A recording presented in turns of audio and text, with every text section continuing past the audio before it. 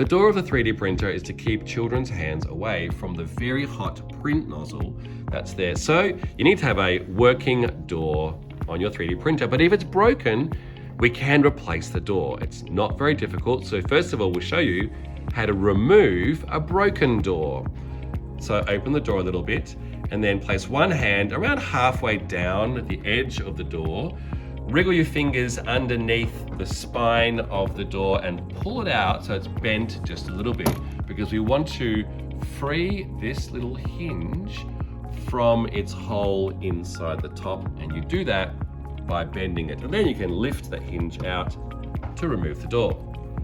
Now, replacing a new door is exactly the opposite process. So place the bottom hinge in first, into the hole at the bottom, and then bend the door from the middle just a little bit.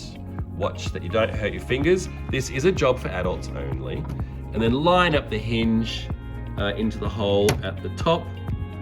And then once it's lined up, you can move your fingers out of the way for the door to return back to straight. Done. Your new door has been replaced. Well done.